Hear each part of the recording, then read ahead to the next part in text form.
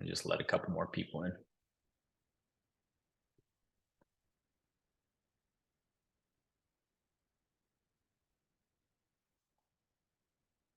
Okay, so it is officially race week. It is Monday. You're tapered down, you're full of energy. You're like, what am I going to do? Man, I'm just walking through my race plan. It's really easy to get in the mindset of inflating your goals, doing a little bit too much this week, trying to validate your fitness, if you like. It's really easy to do. And we're here to remind you to stick to the plan, avoid one last, validation session where you're trying to prove to yourself or to us that you're as fit as you want to be. Rest. Anything you do this week is about getting fitter. You're not going to get fitter by doing more training. You're going to be getting fitter by resting and calming your mind and easing into race week with reduced stress. We can do this by ensuring you have at least 20 minutes of quiet time each day. Easier said than done as you begin to travel. Remember, changes in sleep patterns this week are totally normal. Nerves, just try to bank as much sleep as you can. You don't need to wildly change your diet this week until, 48 hours before the race. So don't feel like you need to start stuffing your face with carbs now. Like, eat as normal, begin to visualize and believe in your performance. One last thing, if you haven't done it already, head to your bike shop, get that tune, make sure it's dialed, put new tires on your race wheels if necessary. Just have a look at them. Make sure that there's no nicks or cuts. If there are, it's free race insurance. I know tires are not cheap, but you've invested, probably 20 weeks in this training block. So what's another $150, $200 in tires just to ensure you have a little bit of insurance? I'm going to pass it off to Coach Whitley, who's going to walk us through our day. And at first, we're going to start with these gear bags. What have you got here, Whitley?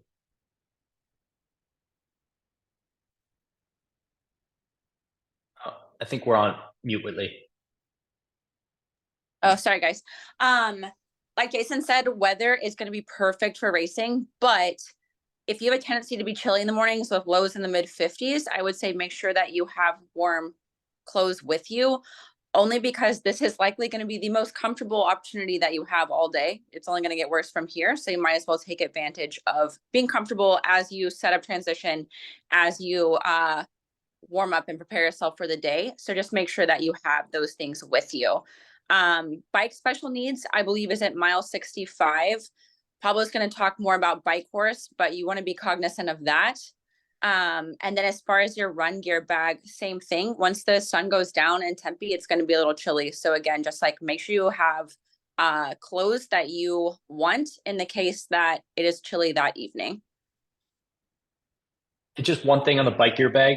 While this bike course is in pretty good shape, they're going to sweep the Beeline Highway where you're going to do the meat of your riding.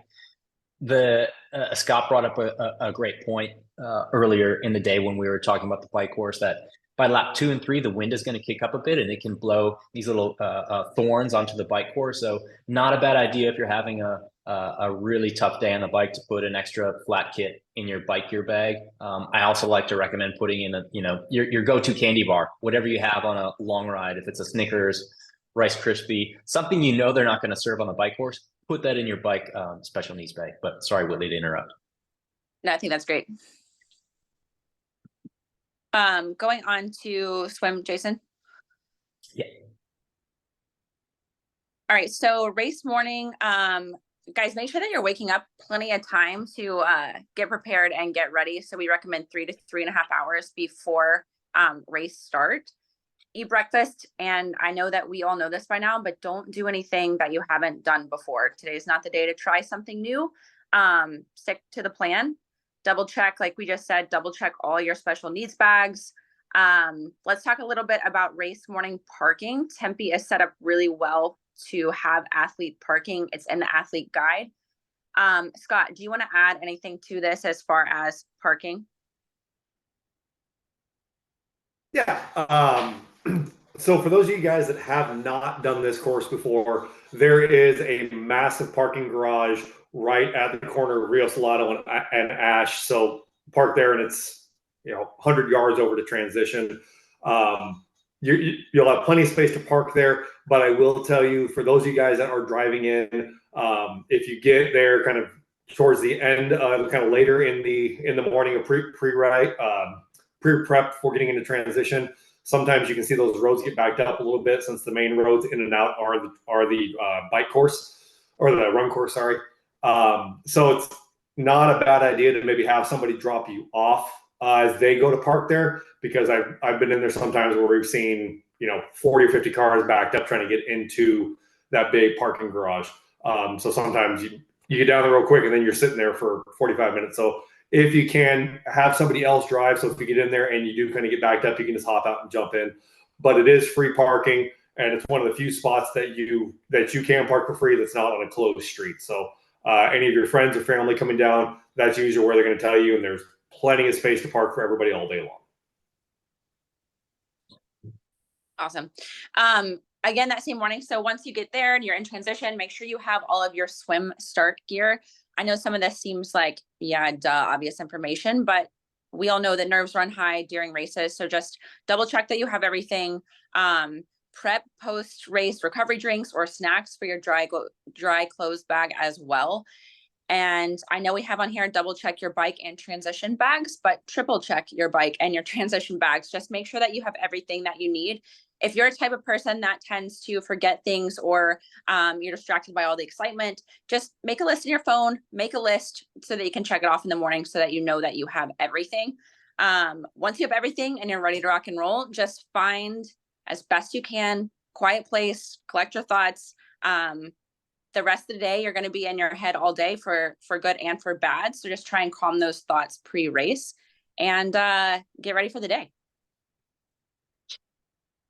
Absolutely. If I can just throw a quick note in there on double checking those bags. Quick little a tip is, so Saturday before you drop off your run and bike gear bags, like Whit said, we're all going to get into our nerves, into our anxiety, and no matter how many times you prepped, you're going to wind up sitting there Saturday night going, oh, did I remember to put this in? Did I forget to put my nutrition in? Trick that I told a lot of my athletes is, put everything that's going to be in your run bag and your bike bag before you send it in. Take a picture on your phone so you can see what socks are there, what nutrition's there. Do you have enough? Do you have your flat kit, whatever else you need in those bags? So when you're sitting there, you can just take a quick pic. You can look at the picture and say, yep, I got it. That way it can kind of ease your mind and ease your anxiety a little bit. Yeah, for sure. And we also have, we have lists on our website if y'all want to have a list that you can double check things as well. And talk it out with someone too, another athlete, your coach. If you're like, I think I have everything, let me just show you what I have. Sometimes having an extra set of eyes is helpful for those things as well, even if it's just to ease your mind. Absolutely. And let's segue into the swim. Whitley's going to touch on the swim here, but I want everybody to have a look at this picture. Look at that giant fireball. That's what you're going to be swimming towards most of the swim.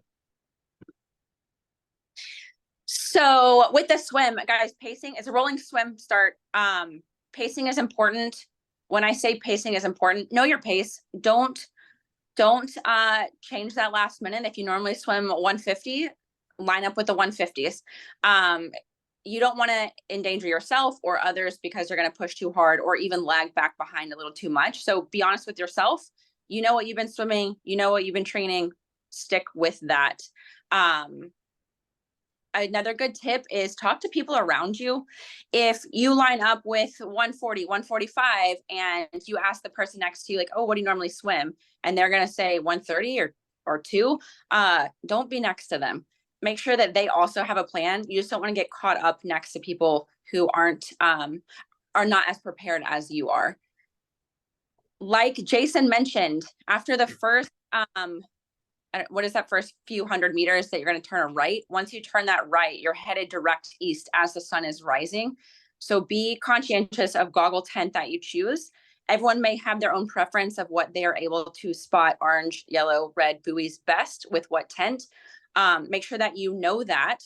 And if for any reason you are blinded by the sun as it comes up, which is not going to be uncommon, just remember that you are going to be keeping buoys on your right side and the shoreline is on your left. That should help you spot as well.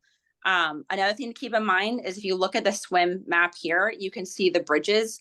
That will help you be aware of where you are on the course as well. So just pay attention to those bridges. We also have start speed awareness. So just make sure once you get in the water, you kind of get quick to get out of that bunching in that group, find your pace, settle in. This is the easiest part of your day. Doesn't matter if you're trying to podium or if you are, or you have you're just going to get through the day. You're just finishing. Either way, the swim should be your most comfortable, the most comfortable part of the race. It's the easiest part. When it comes to cold water, this will be wetsuit legal. We checked the temperature before we got on here and it is 68 degrees. Was that right, Jason? Yep. 68. So it will be a little chilly. Keep that in mind as well. It's been way chillier though. So not to diminish people's interpretation of cold, but yeah, I don't think they're going to allow athletes to get in and kind of acclimate. So, I like to have athletes bring some cold water with them and just dump it down your wetsuit just to relieve some of that initial shock. But it's also a good reminder to ease into that first 400 meters. Like if you go out it's an Olympic distance pace, swimming as it is already a hypoxic sport. So do not induce more stress than you need to. Just ease into it. It's going to be cool, but I don't know if I would say it's like crazy cold. Like it's been crazier and the lows this week are not wildly low. So I don't think our low temperatures are dipping below 50 this week. So I don't think it's going to get much cooler. But that being said, be ready for a little bit of a crisper swim, if you like. One big difference from last year is if you look at the green patch of grass on the bottom here, I'm not sure if you can see my cursor, but this third to the final buoy here is where we used to get out, and it was quite the run. So this year we're swimming further east back to the original course, so past Scottsdale Road. And what that is doing for us is we don't have to run this gigantic distance with our wetsuit at our waist or over our shoulder. So, you're going to go back under the Mill Avenue Bridge where you began, hit the wetsuit strippers, and then boom, straight to transition. Cool. Let's get into the bike. Pablo. Hi, guys. Welcome to this course preview. So the bike course, I think this is a bike course where you have to be aware of your surroundings in overall, but also of the course, because people may think, oh, it's fairly flat, nothing too challenging. You don't have big climbs. You can stay on your aero bars most of the day. That is partially true, but you are also basically riding uphill and riding downhill most of the time. And that's going to bring some challenges to your race plan. And I will say the biggest mistake somebody can make on this bike course is to just absolutely attach themselves to a power number and try to maintain that power number all the time. By that, I mean a 10-second power number and just say, I'm just going to ride at 150 watts all the time, going uphill or downhill. And what I usually do instead is when you're going up, and if you're riding against the wind, like it was the case last year, I believe, you want to be on a bit of a harder gear, like lower cadence. And yes, the power will probably creep up a little bit.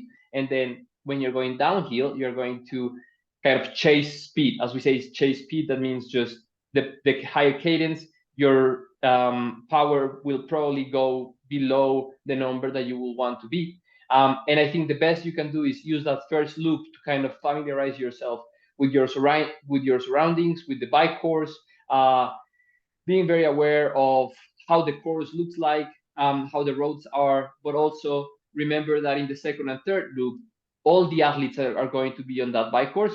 Yes, it's fairly long. If you think about it, it's almost 40 miles per loop, and you're going to spread athletes throughout the entire course, but there are going to be some pinch points where you just have to be very vocal. If you are going to pass somebody on the left, just of course always pass on the left first of all, but also make sure you let them know you're passing, so on your left, and be very aware of your surroundings. We recommend targeting between 80 and 110 grams of carbohydrate per hour on the bike. Hopefully you have trained this and you know exactly how many grams of carbs you can consume per hour. If you have not trained these, you can at least try to hit 60 grams per hour, and that's going to be on the lower end, but at least something that we know for certain that you can consume and that you shouldn't have any GI issues with this. As well as the hydration, we recommend one bottle, one of the larger bottles per hour. It's going to be fairly chilly, not cold, but it's not going to be a warm first part of the bike course. So you shouldn't need as much hydration. So you have to make sure that you're consuming at least this one bottle per hour to stay hydrated, even though it feels cold. And I just want to make one point on the cooling aspect of all of this, and is the first loop, especially going up, is going to feel fairly chilly. But don't freak out. I think it's more than normal. And I will say that you don't need to prepare for the cold as putting a jacket on or something like that. It's going to, with the sun coming out, it's going to warm up fairly quickly, and you're going to feel okay at staying at the temperatures that you're riding without having to wear much more gear on. Different to like Ironman Florida a couple of weeks ago, where people were actually probably like wearing sleeves and things like that, because it was chilly for most of the bike course. And so yeah, I think the other part that is important on this bike course is just manage your effort, because it's going to feel fast in certain parts and you don't want to override. And so that effort that you have in that first loop, kind of build off that, being that first loop fairly controlled, and then you're going to build throughout the entire bike course, and kind of stay aware of how you're feeling. The moment you start feeling negative or anxious about finishing the bike course or something like that, eat some more, get some carbohydrates on in you, because that means that your mind is kind of going away and you're losing energy. So use this as a reference of how you're managing your energy throughout the entire bike course. Yeah, I believe we touched all the points there. I don't know, Jason, any of the other coaches? Yeah, you just might want to mention where you had insight onto where the special. Oh, yeah, sorry. Thank you, Whitley. So yeah, the special needs point is going to be sort of at mile 61.2, Scott said. I think it was the exact number, but so you're gonna be taking it downhill, and you're not gonna be able to access it in your first loop. You're only going to be able to access it in your second loop. So my recommendation is to, when you are doing your first loop, kind of take a moment to realize where the special needs station is. So in the next loop, you can slow down to get to your special needs back, because it's going to be on a downhill section where you're going to be going fairly fast. So if you need to access your special needs back, you want to do it by recognizing before where it is, and then being able to slow down and get to it as efficiently and safely as possible. That being said, as Jason said, I think, and one recommendation we make to all athletes is use your special needs bag to have some extra supplies as far as flat kit and so on, and also have something that you can look for. That means you're riding, you're getting a little tired, you're going to get to your special needs, and you're going to have that, I don't know, ham and cheese sandwich that you use in every single one of your rides, or that bag of gummies that you like, or a packet or a thing of Pringles, some salt if you want to. So kind of have different options of things that you're going to put there, that then at the moment that you get to that bag, you're going to have that special thing that you're waiting for. And so I think it's a good reminder. It's also a way to break the race, and it can help because this course can become a little bit monotonous since you're doing three loops. So it can help you break it out and just have a bit of a restart at that mile 61.2. Awesome. Yeah, I think the two biggest takeaways here is, if you're not from Phoenix or the desert climate, it's extremely dry, and you may not think you're working very hard that first loop because you're not really sweating. But be aware, like, you're sweating. It's just drying instantly. So be very aware that you need to hit that 1 bottle per hour minimum from the get-go, even if you're a little cool, because you are working. And then I think the biggest limiting factor for many athletes who struggle to run well off the bike happens because they neglect fueling from mile 90 to 112. That could be because you're just sick of the gels or the sports drink you're eating. It could just be mental focus because you're like, my gosh, I just want to get off this damn bike. It's mile 90. Come on. You've got, if you're, aiming for the podium, you probably got an hour left. If you're just trying to finish, you might have 2 hours left. So that's either way, that's 22 miles, right? That's a long way to go. Do not neglect fueling from mile 90 to 112. In fact, really force it down, cool yourself off, get some calories in, because that is really the stepping stone to a successful run off the bike. And then lastly, just say thank you to any and all the volunteers who are busting their ass out there for us all day. And I think this is also, Jason, a point where the course kind of zigzags and you get off that beeline. And so you can easily distract yourself from fueling because you're so focused on, okay, that next turn and so on. And it's also, there are more pinch points in this part of the course. So people kind of like use that as a distraction when they actually should be also fueling. So you have to kind of keep your mind on 2 points. One, the course, the other one, the fueling. And so, yeah, I think it's important to keep that in mind as well. And as you said, thank the volunteers. Also cheer other athletes on. I think going, especially in that third loop when you're going uphill, quote unquote, you're going to pass some athletes that maybe are in their first or second loop that may need some encouragement, and giving other people encouragement is also going to help you. So use that also as a fuel, as a source of fuel. Owen Ganser, quick question. Will there be water or food at special needs that we can use to refill? Typically, they're in separate spots just to reduce congestion. Scott, can you confirm that?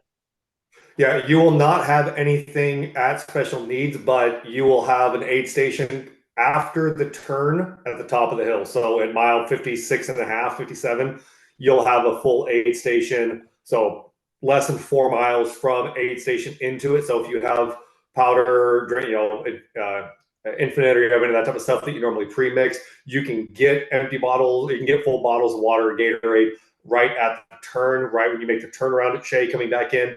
But I highly recommend that anybody who, if you have anything like that where you want to put something in there where you mix your water bottles, pre-mix them, go to the gas station, go to the grocery store, grab a couple water bottles, pre-mix your whatever nutrition you have, and just throw the full bottle in your special needs bag. And that way, when you make that turn coming at mile 56 at Shea Road, you can come back down. And when you hit that aid station or the special needs, you can just grab the new ones, and they're already pre-mixed. You don't try to mess with anything. But there will not be. It is not an aid station. It's just bags on the side of the road.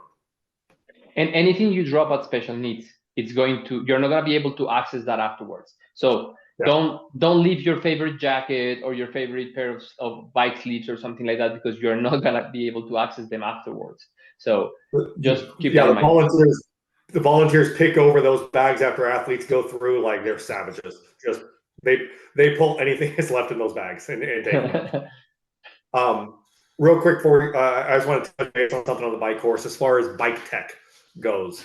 For those of you guys that have not spent a lot of time learning how to change flat tires, I'm looking at a couple of my athletes on here. This is a course that, yes, there will be bike tech out there to change flats if you have problems.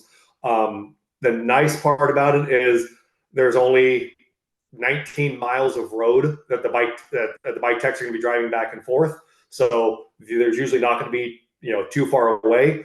However, this is a very busy course for them. Every time I've been out there, bike tech guys always say that they are always busy because there can be a lot of flats. So hopefully you guys have spent time learning how to change flats. I've done this course several times where I've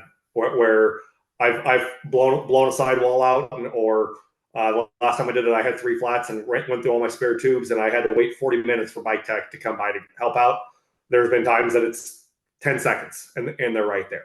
But kind of as Jason and Pablo both alluded to, the whole back half of the loop where we hit the Beeline Highway, you're in the middle of the desert. You're on a highway with just dust and sand and dirt on the side that can very easily, as the wind picks up, can blow onto the course.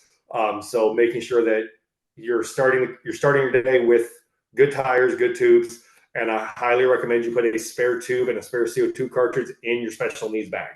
If you don't need it, you don't need it. But that way, if you carry one and you flat in the first 60 miles, you have another one just to pick up, because again, if you're going to do it, you are very likely to hit it on that Beeline Highway because you don't have buildings to block the wind, and again, for those of you guys that aren't in Arizona that have never driven the Beeline before, you're in the middle of the desert on that, kind of isolated out with just a little desert wind blowing the thorns and the dirt and the sand and everything onto the road. And one last comment on gear is, if you haven't, for example, don't get a new helmet this week. Don't change your position much, because this bike course is a bike course where you're going to be on your aero bars 95% of the time. So you're going to be in that set position for a long time. And anything that we change this week is going to be, you're going to feel it after 5 hours. And so that new helmet, yes, it might give you 4 minutes versus your old helmet. It's not worth it, because those 4 minutes might turn into you just not being able to hold your position and having to get out of your aero position. So my recommendation is, if you want to get a new helmet, get it, but use it in the next race. Don't use it in this race. It's pretty close to race day. So my recommendation will be not to use anything new on race day, especially on the bike. I think it's a bike course where you want to be as comfortable as possible to be as fast as possible. Perfect. All right, Scott, great segue to the run. Beautiful. All right, so you guys are coming off the bike. You guys came into transition, swapped your shoes over, and you guys come back out.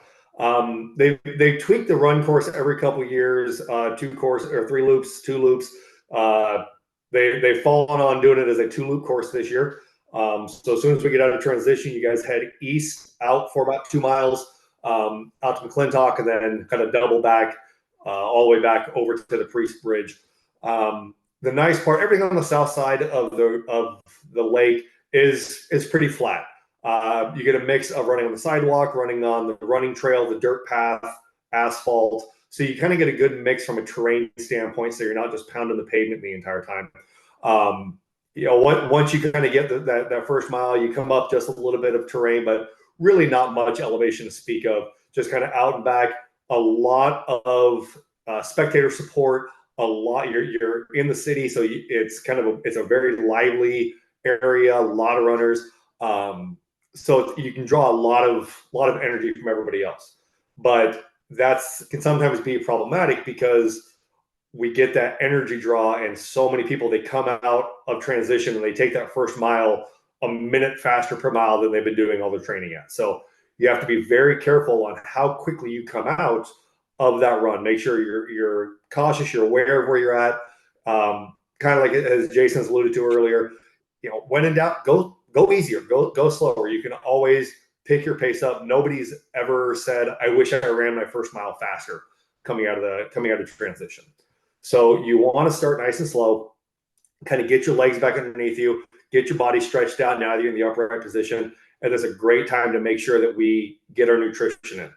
Jason and Pablo were talking on the last slide about that 90 to 112 mile mark on the bike being imperative on your nutrition. That extends into about your first 2 miles of your run, making sure that you are taking that time as your heart rate's starting to change, your GI system's starting to change now that you're upright. You really want to make sure we're taking our time to get our calories and our hydration in as our body's starting to kind of change how we're processing all that fuel. So we want to make sure we're going nice and smooth.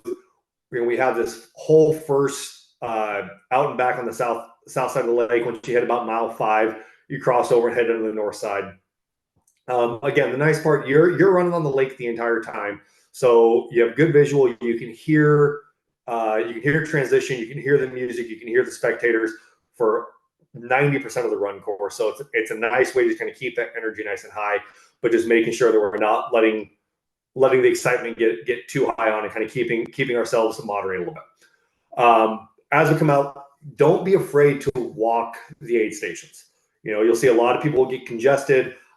Even if you're feeling good, it's never a bad idea to walk that 100 feet to get the fuel in. Make sure we're not missing water handoffs, Coke handoff, and the 10 seconds, 8 seconds that you may tack on by the time that you walk, you're going to get back, making sure that you're allowing your heart rate to not get too high, and that you're getting all the calories in that you need to make sure that you don't miss a calorie, you don't miss a Gatorade, you don't miss time to get your fuel in.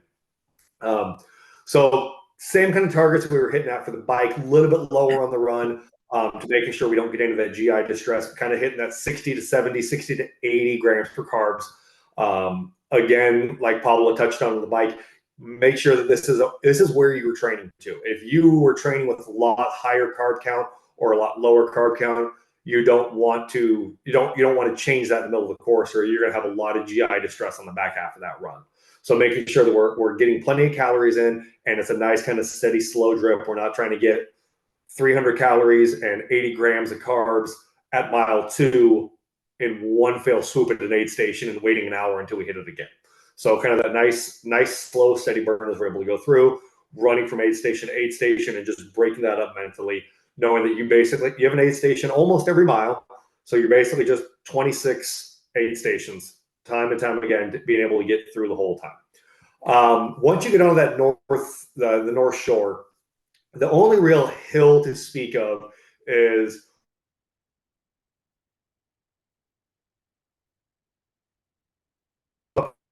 this green patch on the top part where on curve on the top area there, you have a hill in there. It's about the only hill to really speak of any elevation on the run course. Obviously, you're going to hit it twice. I personally think this is a great time. You have an aid station right before you make the turn.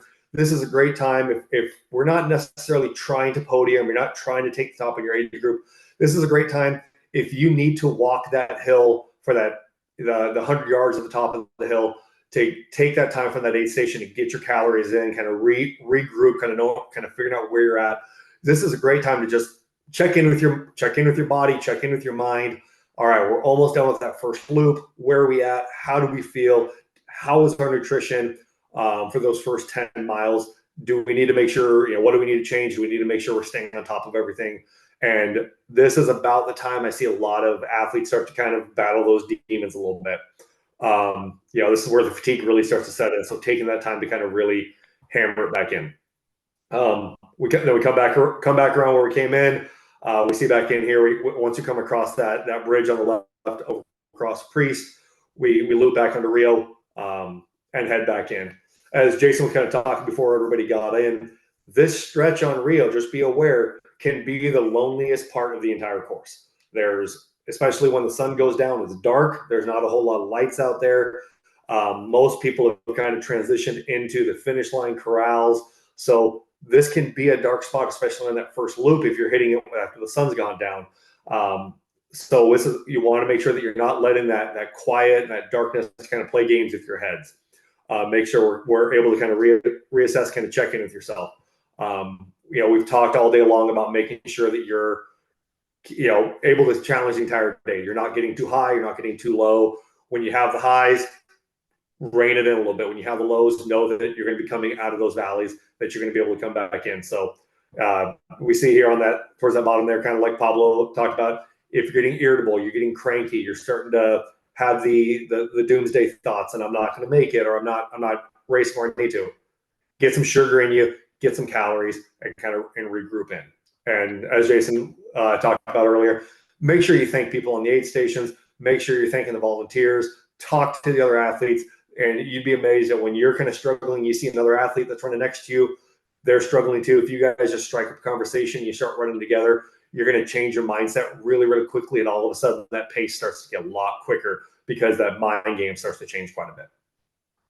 So that's all I got on the run course. I don't know if you guys have anything you want to throw in. I just want to touch on temperature. The low Sunday night is dropping a little bit cooler than when you started. I think it's dropping close to 50, maybe 52. So, if you plan to be out there later, or maybe just having a really tough day, this is Ironman after all, the goal is to cross the finish line. Plan to maybe have some arm warmers, or even a light jacket, if you're going to be out there later, because once the sun sets in the desert, it's a deep cold. Especially if you're wet. Now, they will have, warm chicken broth, as they always do at aid stations, but just something to be mindful of. But yeah, look, once you get to the run, it's just keep moving forward. Nothing can go wrong at this point. You've made it. It's just you and your feet. Just keep moving forward. The people in front of you feel just as bad, maybe worse, and you never know what's happening up the road.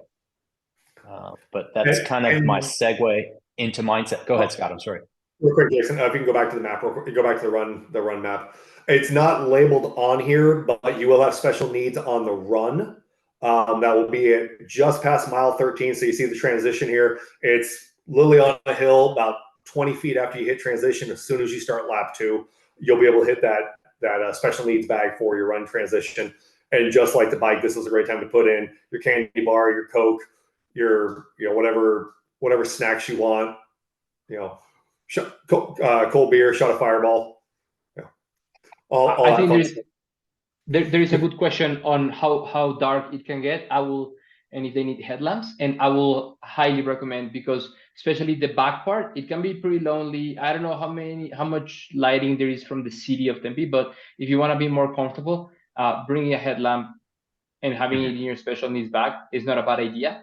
And same, one point that is good for the run course is this is a very bright run course. And by that, I mean the sun shines a lot throughout the entire run course when it's out. So make sure you're wearing a hat, hopefully, but also sunglasses. Like there are some people that prefer to run without sunglasses. This is not a run course to not wear sunglasses. Highly recommend to have sunglasses. Also, when the wind picks up, there is a lot of sand, and as Scott said, there's just sand flying through the air. So you want to have some eye protection. Yeah, it's a very, very exposed course. It's good call there, Pablo. Okay, I just want to tie it up before we get into some Q&As with mindset. Look, Ironman is a really long day. Whether you're finishing in 8 hours or 16 hours and 59 minutes, it's a long day. Don't get ahead of yourself. Focus on the present, focus on the process, and stick to your plan. If your plan for the swim is to swim 90 minutes, then you're going to swim 90 minutes. Don't think you're all of a sudden going to get some race day magic and swim 80 minutes. Like, stick to your plan and beware of that goal inflation, because it can happen to even the most seasoned athletes. Take the race in pieces. If you start the bike and think to yourself, oh my gosh, 112 more miles, obviously you've trained for this, so it shouldn't be that difficult to wrap your head around. But still, in the moment, we all have these emotional highs and lows. Never get too high, never get too low. If you do get really low, there's a good chance, as Scott pointed out, you're low on your blood sugar's low, you need to eat.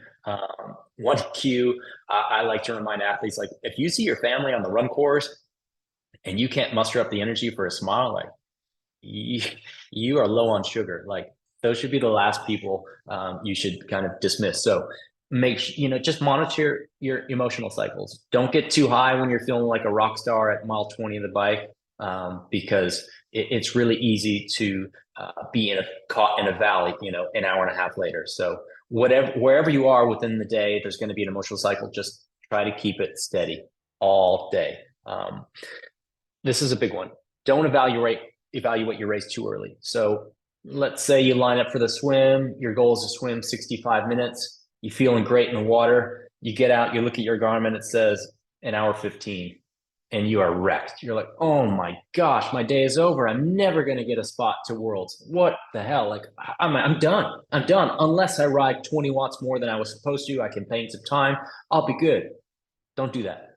You don't know if the course is long. You don't know if you swam off course. You don't know if your competition swam long. You don't know.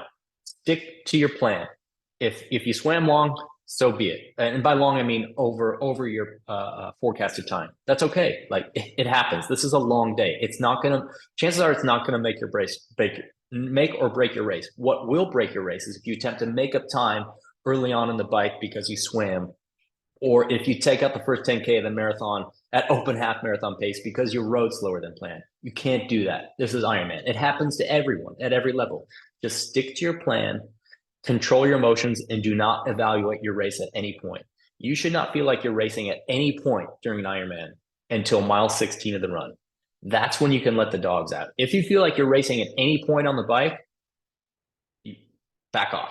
Like, this is a long day, and it's a day of enduring accumulated fatigue. And I don't want our athletes to feel like they're racing until about mile 16 of the run. So just have that in the back of your head. It's a controlled burn until mile 16 of the run. When the man comes knocking on your knees, that's when it should start to hurt. External factors can affect your time goals. So the wind can kick up, or all of a sudden the forecast shifts and we've got 30-mile-an-hour winds on the bike. You're probably not going to ride 5 hours that day. Sorry. But everybody's dealing with the same conditions. So your attitude is the only thing you can control. So stick to your plan. you've trained through adversity. No training plan is ever linear. Like it's just problem management. You've all gotten to the start line and healthy. That's the hardest thing to do. Race day is all about staying positive. I don't want to lecture you anymore, but I could talk mindset all day. I want to kick it over to Q&A now. Anything and everything about this race. I think between the four of us, we've got easily over 30 Ironman finishes and plenty on this course. So lay any questions on us. If you don't have anything off the top of your head, before Q&A, I'm sorry. I just wanted to share this event schedule. By now, I'm sure you've been emailed the athlete guide, but this is just a reminder that transition does open at 5. I would get there as early as you can. You can see the race start is at 6:50. So get there early to avoid any potential nightmare scenarios like, oh my gosh, I got to my bike and I have 2 flat tires. That can be avoided by not pumping up your tires to race PSI the night before. Don't do that. If anything, tap the Presto valve to let a couple, 15 to 15 pounds of air out. Just tap it a couple times, because as it heats up during the afternoon, those tubes are going to expand. So it's best to just tap it, let some air out, and then top off always race morning. So it's best to get to transition super early, so you can just do that all cool, calm, and collected. Take care of it. Find your quiet place. Hit the bathroom again. Hit the bathroom a 3rd time. Hopefully you're good at that point. And then, have maybe another small meal, and then line up it, and you're good to go. Jason, and yes, that start time, I think, is very important to kind of organize your breakfast. And that means our recommendation for our athletes is always try to eat around 3 hours before your race start. And so if race start is 6:50, so it's going to be an early breakfast. I wouldn't be eating breakfast when you arrive to transition at 5 a.m. Hopefully by the time you arrive to transition, you have already ate your first breakfast. As Jason said, if you want to have a second meal or like a bar or something once you are in transition, that's fine. But your biggest load of food should be around between 3 and 2 hours, hopefully closer to 3 hours before race start. So that's a good time to keep in mind to kind of get your day started. That's 3:50, 4 a.m. almost. And one last thing, speaking of the race start, don't forget Arizona is a kind of a weird course as far as for those of us that are worried about kind of being towards the back half of our finishing time. It is not a 17-hour cutoff. It is a 16:40 cutoff. So there is actually, they take 20 minutes off of where the cutoff is for the bike compared to the old standard 10.5-hour cutoff for the bike. It's a 10-hour and 10-minute cutoff from start to T2. So for any of you guys that are kind of concerned about being in that 16-hour block for finishers, just remember it is a 16:40 cutoff, not a 17-hour cutoff. I think it's just because Tempe had issues with street permitting, is what they've said in the past, as far as when they have to be shut down and when they can get the difference of when they can get all the athletes in the water and when they have to be able to open the roads back up. But it is a 16:40 cutoff now. Guys, I just want to touch on, we talked about mindset and we've talked about special needs bags and kind of tricking yourself into looking forward to a treat in your special needs bag. But your mind is a very powerful thing. And all of us who have done Ironman before know that the dark places are really dark. And I mean that in like wanting to walk off course, wanting to quit. So whatever your mantra is to keep you motivated, make sure that you keep that in your mind. And if it is helpful, print it on a piece of paper and tape it on your top tube. Write a note to yourself and put it in your special needs bag, or have a training partner, a spouse, partner, kids, whatever. Have something that will pick you up, even if that's just a little note that you wrote to yourself. Love it. Awesome, guys. Well, feel free to unmute yourself if you can, or just drop in any questions now if you have any. If not, you can drop us a line at toroperformance.net. I'll be down at the venue starting Thursday. If anyone has any questions, I'm happy to answer in person. But yeah, we thank everybody for taking time out of their evening to spend some time with us. We will record this and we'll blast out the link once it's published to YouTube on all of our socials. But yeah, let us know if you have any questions.